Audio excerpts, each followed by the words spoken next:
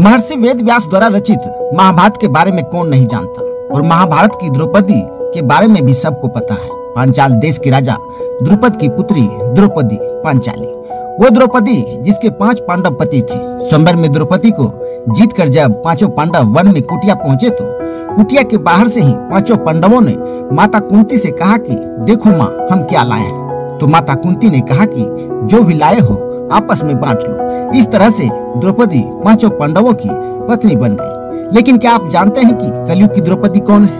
क्या आप जानते हैं कि हमारे देश में आज भी पांचाली विवाह वाली प्रथा प्रचलित है?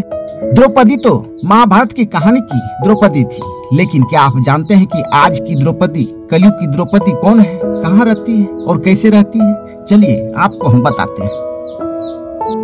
आपको जानकर आश्चर्य होगा कि हिमालय और तिब्बत क्षेत्र में आज भी यह प्रथा जीवित है, जहां एक महिला के कई पति होते हैं। इन क्षेत्रों में कई ऐसे अल्पसंख्यक समुदाय हैं जो आज भी इस प्राचीन परंपरा का पालन कर रहे हैं। कहानी उत्तराखंड के देहरादून के एक गांव की है। कहानी राजू वर्मा की है, जिसके 5 पति हैं और 5 आपस में भाई हैं। आजकल तो महिला से एक पति संभलता नहीं है, लेकिन उत्तराखंड के इस अनोखे गांव में राजू वर्मा अपने 5 पतियों के साथ मिलजुल कर रहा करती है। एक पति के साथ घर में सोती है तो बाकी 4 भाई घर के बाहर खटिया पर सोते हैं। एक ही घर में 5 पतियों के साथ हंसी खुशी से जीवन बिता रही है। राजू वर्मा को एक बच्चा भी है, लेकिन 5 भाइयों में से वह किसका है यह किसी को पता नहीं। परंपरा के अनुसार इस गांव में अपने पति के भाइयों से ही शादी करनी पड़ती है। राजू वर्मा यदि एक पति के साथ समय बिताती है तो कोई भाई बुरा नहीं मानता है। यहाँ सदियों से यह परंपरा चलती आ रही है। दरअसल कहानी उत्तराखंड के देहरादून के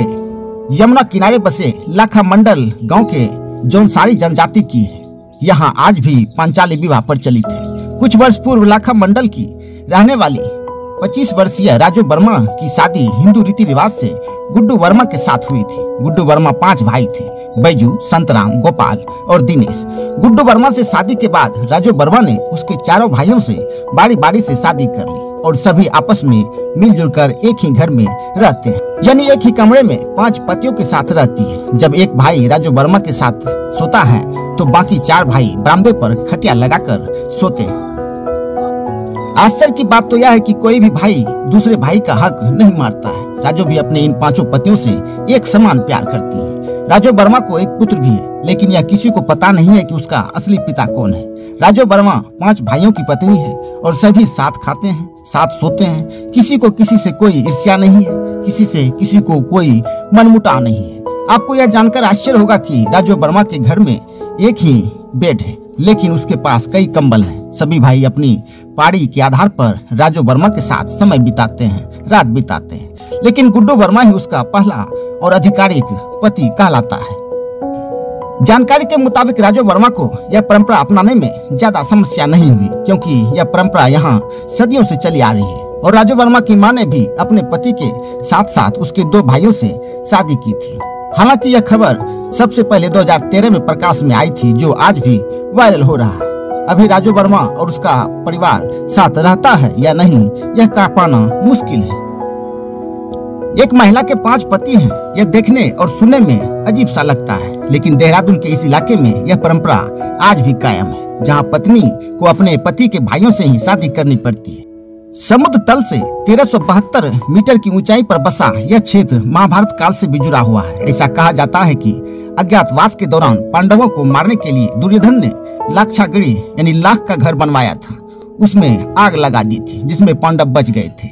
इस इलाके की भूमि के नीचे लाखों शिवलिंग मिले हैं, जिसकी वजह से इसका नाम लाखा मंडल पड़ा होगा। ऐसे कई सारे रहस्य यहाँ छिपे हुए हैं। एक समय था जब पूरे देश में बहुपति की प्रथा प्रचलित थी। बदलते समय के साथ इस प्रथा का भी अंत होता चला गया, लेकिन इस इलाके में आज भी यह प्रथा प्रचलित है, जिंदा है। कहा जाता है कि महाभारत काल से ही इस परंपरा की शुरुआत हुई थी। रिपोर्ट के मुताबिक उत्तरी भारत के हिमालय के आसपास और तिब्बत के इलाकों में यह प्रथा आज भी प्रचलित है। इन क्षेत्रों में महिलाओं की आबादी में कमी होने की वजह से इस प्रथा को आज भी जिंदा रखा गया है।